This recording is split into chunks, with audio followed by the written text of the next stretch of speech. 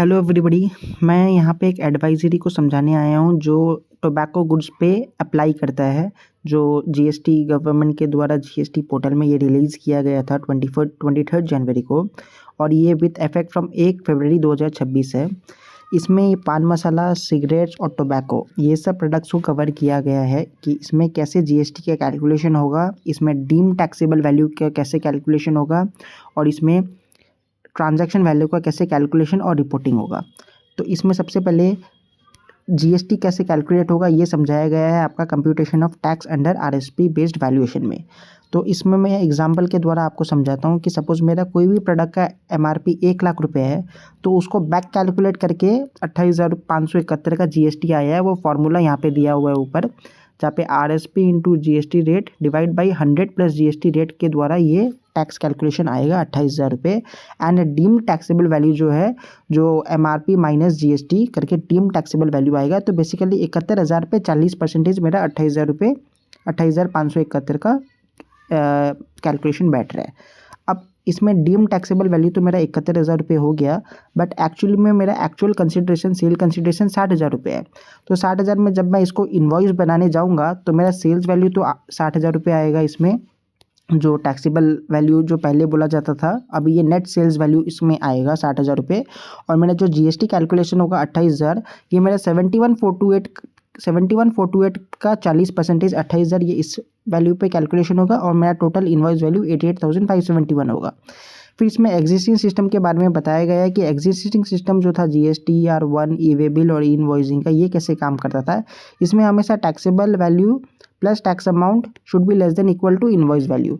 अब इस मैकेनिज़्म से, अभी जो मैकेनिज़्म नया आया है, इस मैकेनिज़्म से ये वैलिडेशन फेल हो जा रहा है, क्योंकि इसमेमें मेरा टैक्सेबल वैल्यू जो है, अगर आप देखेंगे तो डीम टैक्सेबल वैल्यू ही टैक्सेबल वैल्यू हो गया 71,428, एंड मेरा जीएसटी रेट 28,571 हो गया, बट टोटल इनवॉइस वैल्यू मेरा सिर्फ 88,000 रुपीज़ ही हो रहा है। तो इसीलिए ये मैकेनिज़्म इस पे एप्लीकेबल नहीं हो रहा है। तो इसका एक रिपोर्टिंग गाइडेंस गवर्नमेंट ने निकाला है कि इसको मैं कैसे रिपोर्ट करूँगा हर ट्रांजैक्शंस पे, जो बेसिकली ई-वे बिल और इनवॉइसिंग पे कैसे इसको रिपोर्ट किया जाएगा। तो इसमें बोला गया है कि टैक्सेबल वैल्यू का फील्ड में मैं 60,000 रुपये रिपोर्ट करूँगा, that is my actual sale consideration.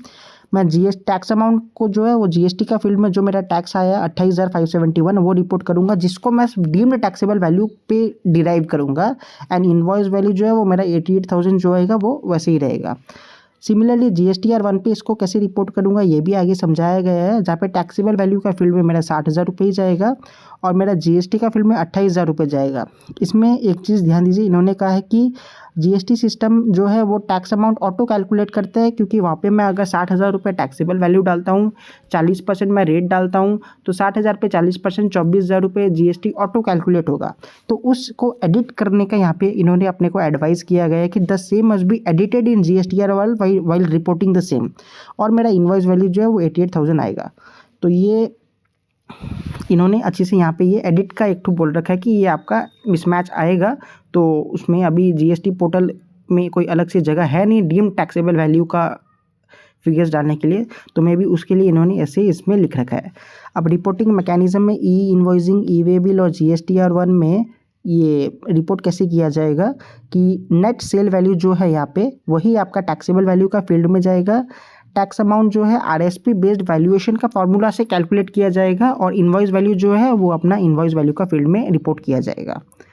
और ये सारा सेल्फ असेस्ड रहेगा, एंड ये सिर्फ जो HSN सबसे फर्स्ट पेज में था, सिर्फ उसी HSN पे ही ये मैकेनिज़्म अप्लाई किया जाएगा, और बाद बाकी पे नहीं किया जाएगा।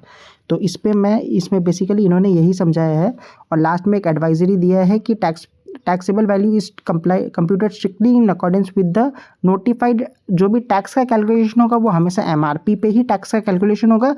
बस रिपोर्टिंग के लिए अपने टैक्सेबल वैल्यू 60,000 डाल रहा है, बट टैक्स का कैलकुलेशन हमेशा 71,000 पे ही होगा। तो ये इन्होंने बेसिकली ये समझाया, ये काफ़ी कन्फ्यूजन चल रहा था। और अभी इसमें जो भी अपना अकाउंटिंग सॉफ्टवेयर जैसे टैली वगैरह है, उसमें जो भी अपना बिल्स बन रहा है, तो वो बिल्स में मैंने जो ऑब्जर्व किया, जो बिल्स बन रहा है वो 71,000 रुपीज़ मेरा ई इनवॉइसिंग में जा रहा है, और बाद बाकी बैलेंस मेरा डिस्काउंट बोल के एक ठो अलग से जा रहा है।